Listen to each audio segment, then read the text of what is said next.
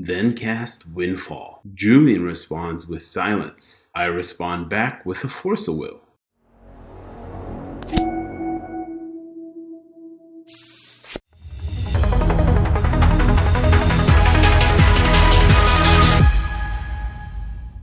Welcome to Cardboard Content, where we aim to develop our skills and grow the competitive Commander community. Hey guys, it's me, Benedict. Thank you for joining us this week. We have something slightly different for us this week.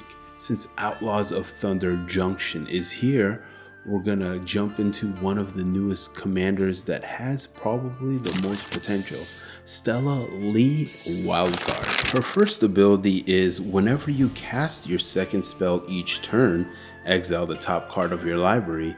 Until the end of your next turn, you may play that card. And then her notable ability, which will probably win you games, is copy target instant or sorcery you control. You may choose new targets for that copy. Activate this if you've cast 3 or more spells this turn. Once you get Stella Lee online with her second ability, you target her with the untapped spell. I have 5 notable ones that are ideal in my honest opinion. One that actually has a win line in itself, and then a few other ones that let you untap Stella itself and then let you draw a card so you can cycle through your deck to find an alternate win line. We ran Stella through a gamut of meta decks: Najila, T&K, Atraxa Food Chain, Malcolm, Tymna, Darkside, and a handful of other decks. I also brought my deck to the LGS to test it up against a bunch of other competitors. Here is how one of our games played out. I'll be starting off with Stella Lee. Lance is on Darkside, Julian is on Malcolm Tymna, and Weston is playing Atraxa. I'll be going first, but Julian and Weston have a pregame. Julian exiles Talion, and Weston Elves of Deep Shadow. I start us off with a Volcanic Island, and then pass the turn. Lance plays a Misty Rainforest, and then also passes turn. On Julian's turn, he plays a Sea of Clouds, then taps it to play a Siren Storm Tamer. On Weston's turn, he plays Arid Mesa, then fetches for a Tundra, and then plays a first turn Drannith Magistrate. He passes turn to me. I play Command Tower, and then pass the turn to Lance. On my end step, Lance cracks his fetch for a Volcanic Island, then casts Mystical Tutor, tutoring up a Time Twister.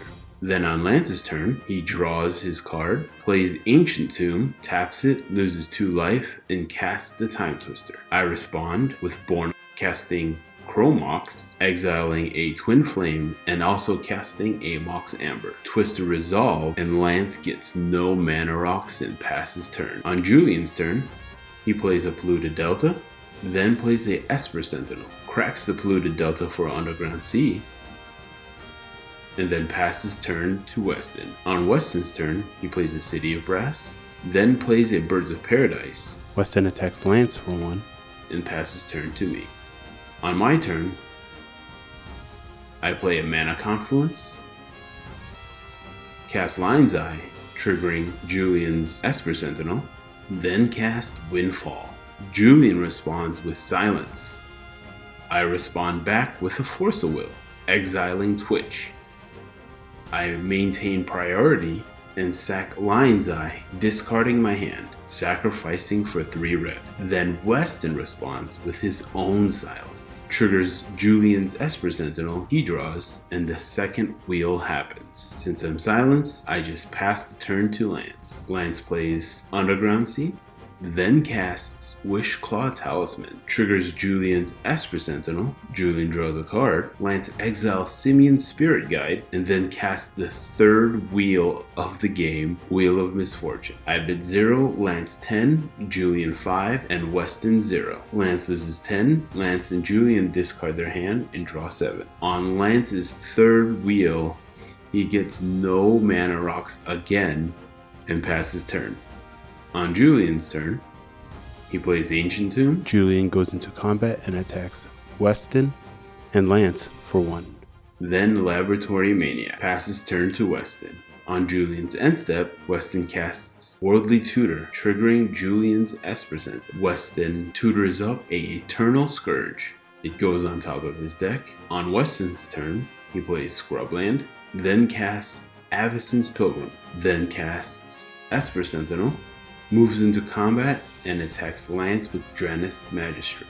On my turn, I play Ancient Tomb, cast Twisted Fealty on Draneth Magistrate, gaining control of it. I trigger both Esper Sentinels, Julian and Weston draw, then I cast my commander, Stella Lee, and then pass the turn to Lance. On Lance's turn, he plays Arid Mesa, cracks it for a Badlands, then plays Arcane Signet, triggering both Esper Sentinels. He responds by cracking the Wishclaw Talisman, tutoring up a card, and passing me the Claw. With the draw triggers on the stack, Lance casts Orcish Bowmaster, with the ETB targeting Laboratory Maniac. With the first Esper Sentinel trigger to resolve, Lance pings Laboratory Maniac again. Julian responds by casting Chain of Vapor targeting Laboratory Maniac. Triggers Weston's Esper Sentinel, getting Lance an additional ping, then targeting Laboratory Maniac again, removing it from play. Second Esper Sentinel trigger resolves, and Lance targets Birds of Paradise. Julian's Swords to Plowshares targeting my commander, Stella Lee. I respond back with Flusterstorm, triggering both Esper Sentinels, then triggering Lance's Orcish Bowmaster 2 times. They both draw, and Lance pings Siren Storm Tamer and Avacyn's Pilgrim. We move on to Julian's turn. He plays Bloodstained Mire, cracks it for a Scrubland, then plays Arcane Signet, triggering Weston's Esper Sentinel. Julian pays, then passes turn to Weston. On Weston's turn, he plays Exotic Orchard, then casts Sevine's Reclamation, targeting Birds of Paradise. Esper Sentinel triggers, Julian draws, and then Lance pings Weston for 1. With Sevine's second target, Weston chooses Food Chain. Weston exiles Birds for 2 blue mana, which he could only use to cast creatures, then his Esper Sentinel to get 2 white mana, and then casts Eternal Scourge, which he can cast from exile. He repeats his process by exiling Eternal Scourge for a massive amount of mana for all his creatures, then proceeds to cast Atraxa and putting his whole deck in his hand. Then he proceeds to cast Grand Abolisher, and with having no deck, cast Thassa's Oracle. Good job to you, Weston, for pulling off that win in the very end. That game wasn't the ideal situation for Stella. Having a Draneth Magistrate on turn 1 on Weston's side was very oppressive. Endgame summation probably for all of us would be Threat Assessment. Lance was pinging things that he probably didn't need to ping. Julian had swords at one point that he could have targeted one of Weston's creatures. We didn't pay attention to the cards that were discarded, so if we were all paying attention a bit more better, we probably would have realized that Weston had his win in his graveyard and had access to it. All in all, I played Stella probably 8 to 10 times in this last week against very competitive decks. And we've rotated it between other players also, and they've had plenty of shots at it. And unfortunately, we got no wins with Stella. I did technically get 1 win, but if they knew when to counter or they knew how to interact with the deck, they probably would have stopped me. I want to say the deck is very fast at trying to combo off. Everyone who played the deck probably had a win attempt on board. Unfortunately, Stella is a glass cannon and she does easily get stopped, whether it's the spells that get countered or her getting bounced or removed from the board. And then it takes a few spells for you to hold back in your hand to ramp up that second ability to get it online again. I'm going to keep tweaking the deck, seeing if there are any cards that work better or cards that I need to take out. If you guys have any suggestions, leave them down below in the comments. If you want to see the deck, it is listed down below.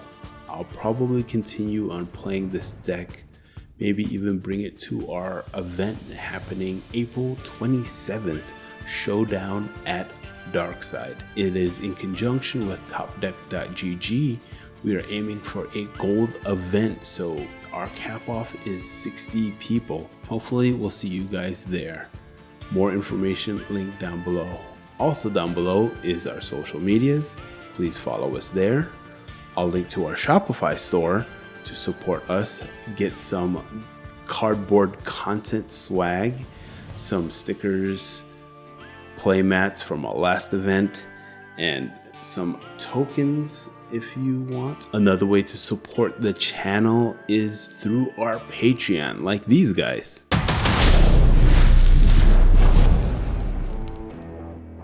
Our content consumers tier 2, Aaron at 3 times, Big Yoda at 3 times, Lex and Marcus. Now moving on to our tier 3 cardboard cutouts, Wong at 5 times, Matt at 5 times, and Albert at 4 times. Thank you everyone for your support. If you want to join these guys, patreon.com/cardboardcontent. See you guys next week for more content.